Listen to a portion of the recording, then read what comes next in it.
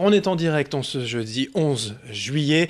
Dans cette fin de semaine, l'un des événements marquants dans la région, c'est le retour des fêtes de la mer à Boulogne. Tous les 2 ans, nouvelle édition pour découvrir la mer, visiter les bateaux, les chalutiers de pêche, découvrir aussi les produits de la mer, de la pêche au large jusqu'à la transformation du poisson.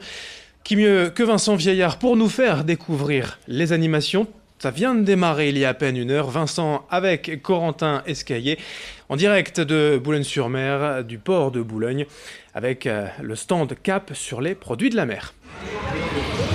Qui mieux que moi, Adrien, il y a quand même vous, je vous rappelle que vous êtes à peu près originaire de la même région.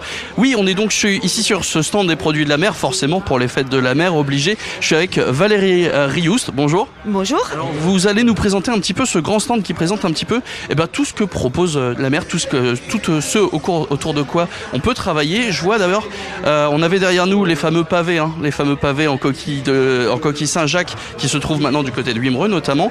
On voit aussi d'abord la mytiliculture. C'est quelque chose d'assez important. Mais je vous laisse d'abord nous parler un petit peu de tout ce stand. Qu'est-ce qu'on peut donc y retrouver? D'accord, alors donc on est ici donc dans le stand qui s'appelle Cap sur les produits de la mer. Donc c'est l'un des maillons des fêtes de la mer qui ont lieu donc du 11 au 14 juillet. C'est porté par la communauté d'agglomération et soutenu par l'Europe. Et c'est l'occasion de valoriser l'ensemble des acteurs de la filière produits de la mer. On a un collectif qui s'appelle Boulogne-sur-Mer, la mer en direct, et c'est l'occasion de montrer au grand public et de rencontrer les professionnels. Donc on a plusieurs points. On va avoir donc la construction navale, puisqu'on va commencer par construire le bateau. On ira jusqu'à imaginer sur quai la possibilité de monter sur les chalutiers pour que le grand public appréhende un peu mieux la vie des marins pêcheurs lorsqu'ils sont en mer. Puis, une fois que le poisson est débarqué, il est en première transformation, donc chez les marailleurs.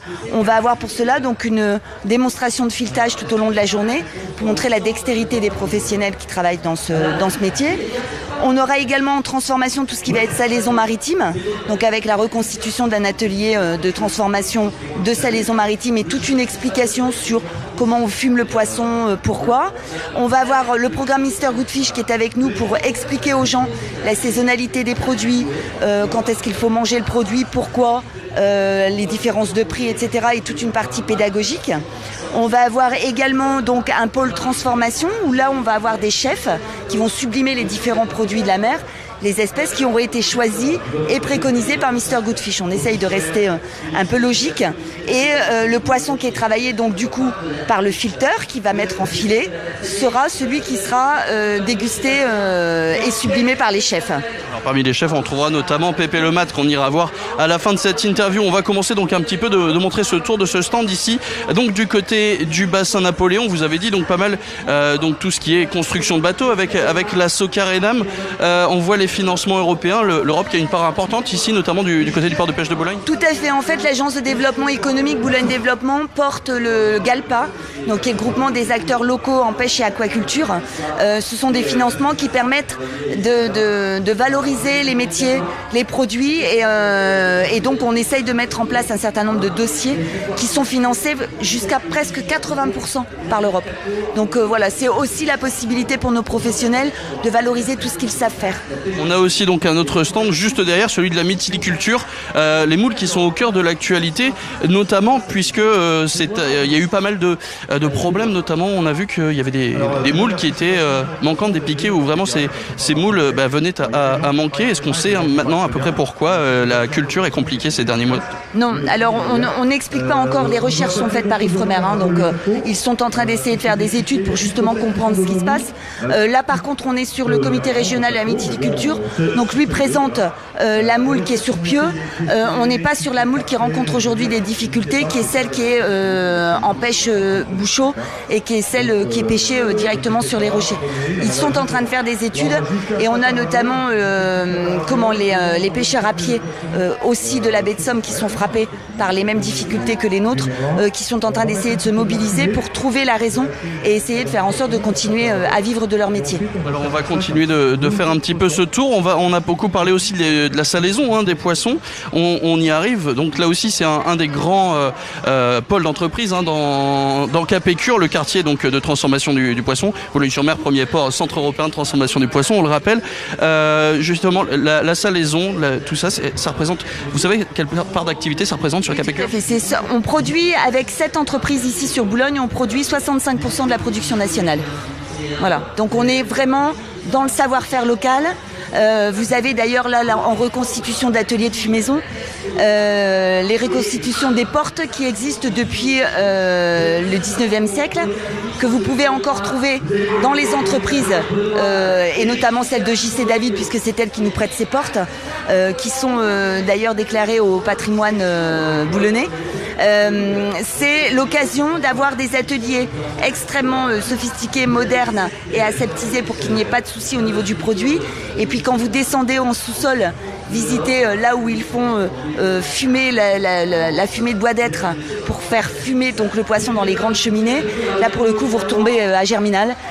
Voilà, donc le contraste est assez intéressant, mais c'est vraiment un savoir-faire local boulonnais et c'est l'occasion, c'est fait de redynamiser aussi tout ce savoir-faire que nous avons. C'est tout ça qu'on peut donc venir voir ici sur ce stand Cap sur les produits de la mer. Donc du côté du bassin Napoléon, on voit donc tous les keepers, les saumons fumés et compagnie. Le dernier stand, donc évidemment, forcément le mariage. On peut pas passer à côté d'un stand de poissons. On voit donc, on a parlé aussi de Mr Goodfish. Je vais laisser la place à Corentin pour qu'il puisse nous présenter un petit peu tous ces poissons. Et puis donc le dernier stand avec donc notamment Pépé Lebat qui sont en train de transformer les poissons. Vous disiez des poissons évidemment sélectionnés par ce programme Mr Goodfish. Est-ce que vous savez qu'est-ce qu'ils sont en train de nous préparer là? Alors là ils sont en train de préparer du lieu noir. Voilà, donc si vous voulez, il y a une dizaine de recettes qui sont imaginées avec à chaque fois, ça correspond à des messages que nous souhaitons faire passer en fonction des activités. Donc par exemple, les espèces fraîches qui sont sélectionnées le sont faites en fonction du programme Mr Goodfish, mais pas que. On va travailler aussi de la crevette parce qu'on est premier pôle de cuisson de crevettes européen. On va travailler du croustibat parce que le poisson surgelé, notre entreprise Findus, elle le fait avec le poisson de la flotte locale. Donc on va sublimer le croustibat et montrer qu'on peut aussi fonctionner avec du produit surgelé. On va avoir aussi la conserverie, puisqu'on va travailler sur du pilchard ou sur du hareng à la moutarde à l'ancienne. Le but du jeu, c'est vraiment de mettre en valeur tous les acteurs, parce que la particularité du port de Boulogne, c'est d'être port de pêche de France, le premier. Mais c'est le premier centre européen, vous le disiez tout à l'heure. C'est aujourd'hui 34 000 tonnes de pêché pour 300 000 de transformés. Et la particularité de Boulogne, c'est d'avoir toutes les activités à partir du moment où on va construire le bateau jusqu'au moment où on va le déguster, mais aussi de former les gens. Merci Vincent Vieillard et Corentin Escaillé pour ces quelques éditions en direct de la fête de la mer à Boulogne, les fêtes de la mer à Boulogne, le monde maritime à l'honneur dès aujourd'hui. Jusqu'à dimanche, n'hésitez pas, des dizaines de choses à voir, à faire, à manger. Le port de Boulogne en fête jusqu'à dimanche. Merci de nous avoir suivis.